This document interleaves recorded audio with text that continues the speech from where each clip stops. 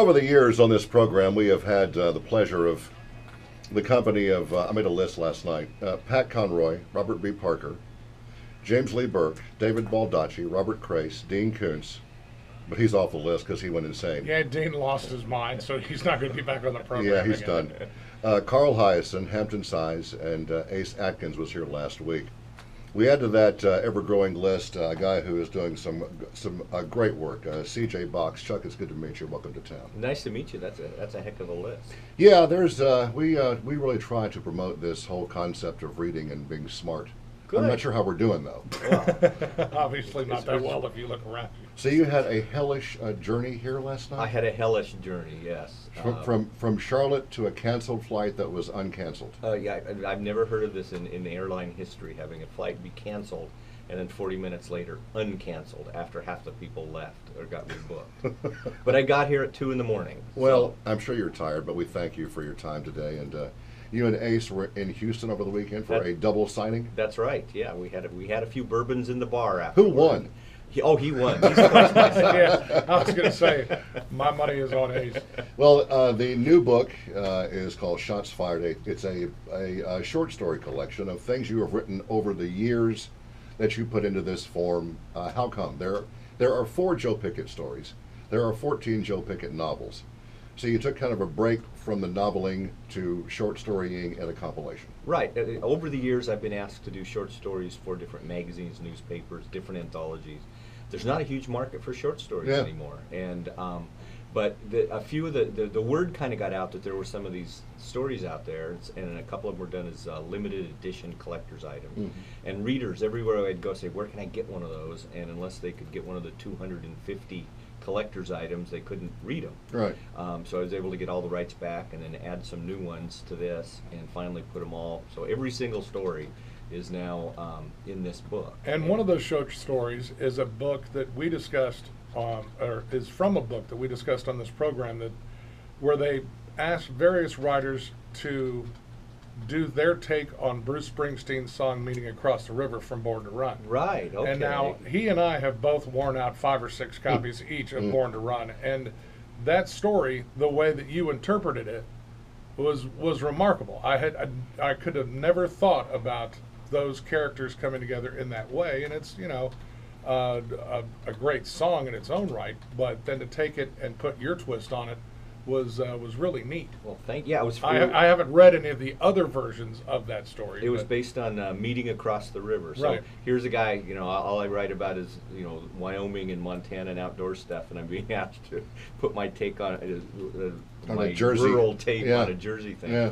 But that's the thing with short stories, I find it's really challenging. It's harder than writing a novel when you're given a premise like that and you've got to produce something within just a few pages that new characters, whole new world, pack a punch in just a few pages, and it's hard. Yeah, but I think I love reading good short stories, so hopefully there's some in here that the readers will feel the same way. C.J. Box is our guest. The new book of short stories on all the national lists is called Shots Fired. There are 14 novels about Joe Pickett, who is a game warden in Wyoming and Saddle String County, 12 Sleep County in the city of Saddle String. And there's so much education that you have somehow got possession of over the years, from horses to firearms to falconry. Where did you learn all this stuff? What have you been doing for the past 45 years of your life? I was a journalist originally. That's where all the detail comes in. Kind of like Ace, I think. I think so. We were talking about that, and I find that of the authors I read really like, I usually find out they have some kind of journalistic background. Because I think, obviously I'm writing fiction, but I think every book should be about something. And I love nothing better than to put down a book that was kind of page turning, but at the same time feel like I learned something about a subject or something that I never would have known otherwise. So I try to keep those details in the book. Well, now there are some of these books. Blood Trail, for example, is based upon a true story of the Grimm brothers, and that whole. Is this the? Which one? That would be Nowhere to Run. Nowhere to Run is that one. I've got 8 of them over here. Yeah, I'm impressed. So The last two that I read were based upon real life occurrences. The Grimm brothers was one. Mhm. Explain that one, if you will. Oh, that's a wild one. You know, I mean, my protagonist is a Wyoming game warden, and the game wardens in Wyoming are By the book. by the book, but very heavily armed. Most of the situations they deal with on their own. Almost everybody they encounter every day is armed, which makes it a unique situation. Yeah. And in this book, it's based on a true Wyoming game warden story that two game wardens told me above the timberline in the Wind River Mountains, they met a pair of 6'5" identical twin brothers living in a pup tent. And these brothers scared them so badly, they got such a vibe off of them that they spent the whole time going down the mountain, looking over their shoulder, waiting for these guys to come back at them.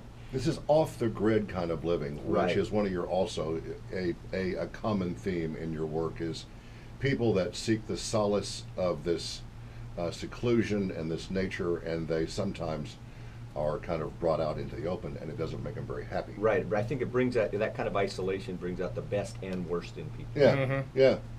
And so that one is one of the stories.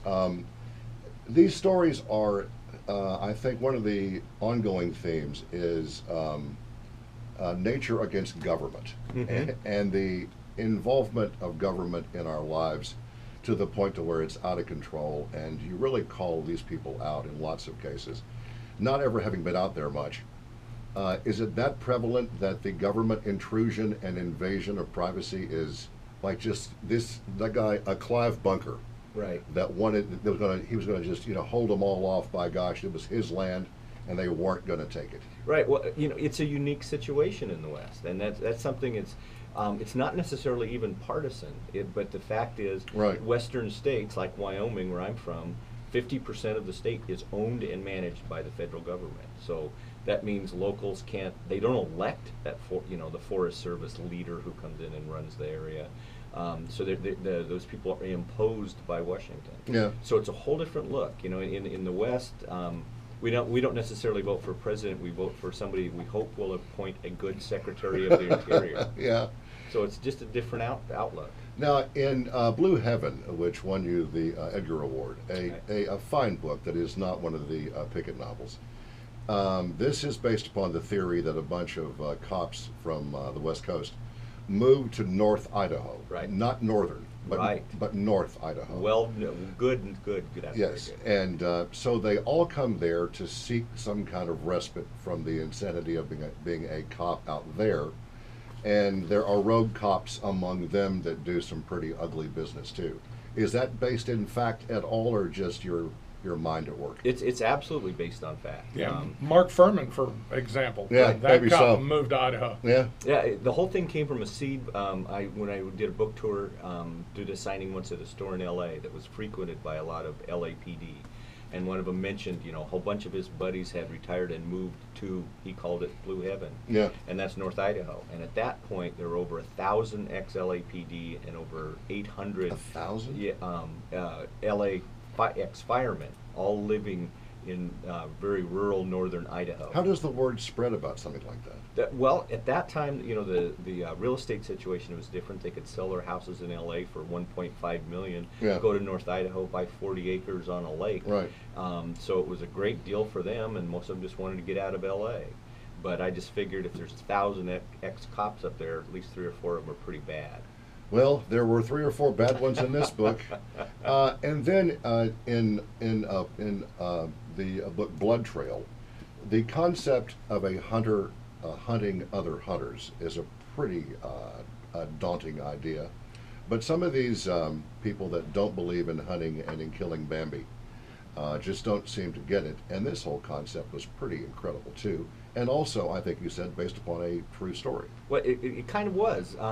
But yeah, it was the 8th book in the series. It's about a game warden. It was really the first one that dealt with hunting and hunting ethics and the idea of people, actually harvesting their meat as opposed Yeah. to trophy hunting. Right.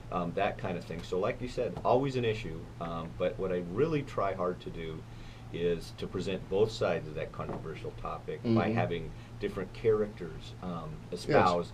And I usually run it by people on both sides to say, is this an accurate portrayal of what you think and feel? And So people on both sides can get something out of it, and I always just trust the reader to come down where they may. Yeah, it's all pretty fair, I think, but it does it tends to make the government and law enforcement look a little shady at times. Yes. Although Joe Pickett is a by the book dude. Now, like him, you have a wife and 3 daughters. That's correct. So you're writing a little bit from your own heart when it comes to that dynamic. Yes, well, I mean, I write from experience with daughters. I mean, I kind of liken it to, growing up with 3 different radios on the kitchen table, all on a different station, all turned up high. Oh yeah. So I kind of got to, understand a little bit about how they thought, because everything's verbalized. Are they all grown, or are they on the way up? They're all grown now. Yes. They're all grown now. But like Thank Joe, God. like Joe Pickett, I always thought I live in the house of feelings.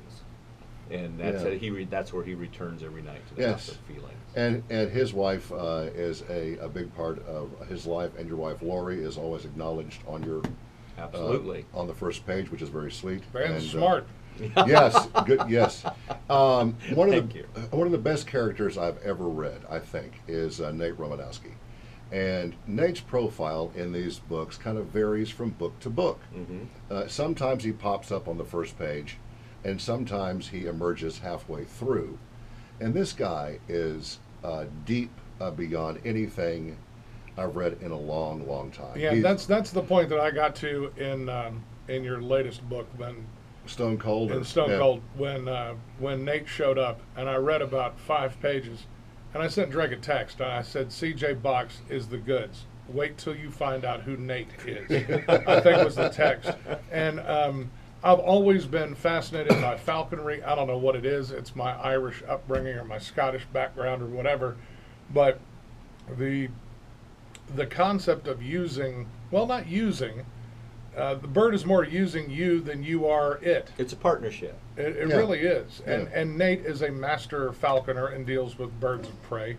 I was looking at the Mid-South Raptor Center here in our area, and there are eagles and owls and peregrine falcons and all kinds of things Yeah. flying around the skies of this area. And then you get out into the wilds of Wyoming and Montana. Oh my God. You just doubled you've it, tripled it, bald yeah. eagles and everything else too. So that is a science unto itself, which you have obviously studied and know a lot about. Well, I'm not a falconer, but Really? that character of Nate Romanowski is about to be based on a guy I grew up with in high school in Wyoming. Oh, He was really? The big blonde middle linebacker. He was a falconer. I used to go falconry hunting with him. He's still around. And he went off to the Air Force Academy and then Special Forces and disappeared for a few years and came back.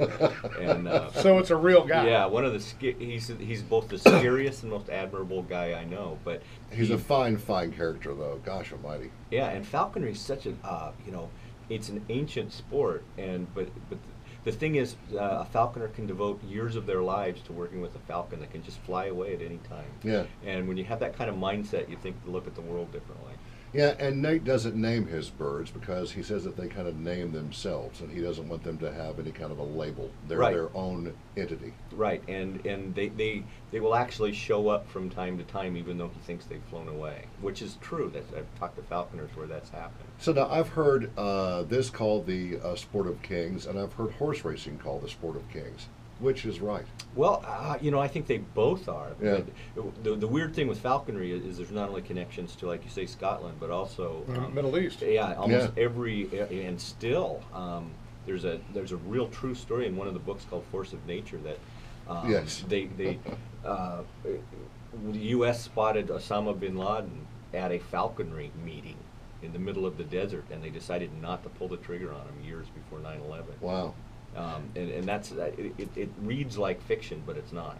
Yeah, this stuff, it's hard to tell in these books of yours what is fiction and what is not, because it all seems so possible, and the nature part of it and all of that is quite real. And you have Joe Pickett and Nate Romanowski and the sheriffs, And they're believable. Joe Pickett, Totally has, I don't know how many times I've read where he knows he's not that good a shot. He's not a good shot. He's not a good shot. It's not the Yeah. shakiest gun in the West here. Right. But you've got somebody that at least knows their limitations. Oh, he and isn't cops to his a faults, complete, yeah. total badass at all times. Yeah. No, not at all. I mean, and I know that Joe Pickett at times frustrates some readers because they think he's the thing is, the books are told from multiple points of view. Right. Joe only knows what Joe knows. He's Right. not reading the book. Yeah, Joe So, hasn't yeah. changed much. I'm second. I'm on Almost the almost. now, and even back in 2002, he was still Joe Pickett, Mhm. and he really hasn't changed much in the past 10, 12 years. He's the same kind of good man doing a job by the book. Right, but he's got a little harder bark on him now. Yes, he because does. he's been Yeah. through a lot. Right. But he still wants to believe that most people are basically good, but if they're not, he's going to arrest them no matter who they are. Yes, he does find himself in some really precarious spots, and then Nate tends to show up and help him out of them. Yes. And boy, it is a joy to read. Shots Fired is the new C.J. Box book. It is a gathering of short stories. Joe Pickett is in 4, I believe, or 3 or 4 of these. 4 of them. And the others are compilations, and some go back to the 1800s, and they're just various takes on these same kind of themes. But anybody around here who is an outdoorsman, who loves the wildlife and hunts and fishes, as many folks here do. So have you spent much time in this part of the country, or is this your first? I love coming to this part of the country. I think it's the 3rd or 4th time I've been in Memphis. Book signings, or? Book signings, Yeah. yes, and what I find exactly what you just said, and that is that there's a real kindred spirit between Yeah. the Rocky Mountain West type people and the South. We talk about the same thing. Yeah. Like to drink the same thing. So the culture shock is not what I thought you might experience when you walked in here and went, "Oh my God, where We am I?" we have more dumb people. They have more crazy people. Yeah, well, that's the yeah, difference. yeah, that does probably about cover it. Today, what time is the signing over at Laurelwood? I think it's at 6 Okay. o'clock. And you'll be signing books and probably selling some. Yep, 6 o'clock. 6 o'clock. I'm looking forward to that. And you'll spend your day now doing what? Going over to see if Elvis is still there, or what is your plan? No, I'm going to do a couple of other interviews. And Okay, then, good. Then I hope to squeeze in a nap or two. Good. So that I got here at 2 in the morning. Well, Okay. hopefully you'll come back and see us again. What's on the schedule next? The 15th Joe Pickett novel, I hope. Right. Yeah. Next March. I've just about got it done. It's called Endangered. It begins where Stone Cold left off. Yes. It's very harrowing, and I think it's one of the best. Governor Rulon is an interesting fellow. What is he based on? Anybody in particular? He's kind of based on a former South Dakota governor. Okay. Who used to, He's a freaking hoot, I'll tell you that. This guy in real life used to go out if he heard of in a big snowstorm, would get in his Cadillac in his pajamas and go out and direct traffic. But he's kind of based a little bit on him and a little bit on the former Wyoming governor. One more stable politician among us. Uh-huh. It is a pleasure to have met you, and we thank you. You do just incredible work. Thank you very much. I appreciate it, and you appreciate you reading the book. Well, it's easy to do, and I have more on order, and I'll be. Enjoy your next interview where they haven't read the book. CJ, what's that stand for? Suge Box. Chuck, thank you, man. It was good to see you, and safe travels. We'll see you again. Thank you. This is fun. Oh, you're exactly right. So What the hell? Do you write fiction? What the hell is this game warden Yeah. shit? My grandfather, my mother's dad, was one of the first game wardens in Kentucky. Oh, really? They had 8 in 1945. Back when they carried their own firearm, drove their own car, and wore their own clothes. But I recall him. Eventually, he wore the green shirt, the green pant, the badge, and he was a badass back in the late 40s, 50s. Mm-hmm. Great guy, and so that kind of reminds me of all of this stuff. Well, very cool. Beautiful work. Want me to sign those books for you? I think I've got one of them already signed. Sure. I got a pencil over here. One of these was already signed when I bought it off Amazon. Oh, well, yeah, they do that. They send me like 300 blank sheets of And they're paper, hard to and then find they sometimes, bind them too. in. I had to buy this paperback, which really pissed me off. Yeah, that I was out of books, so almost impossible. I Make sure can't- Barson sends all the books now. I mean, Yeah, I could use Okay. about 6 more that I haven't Okay. read, or 7. Make a list. Come on.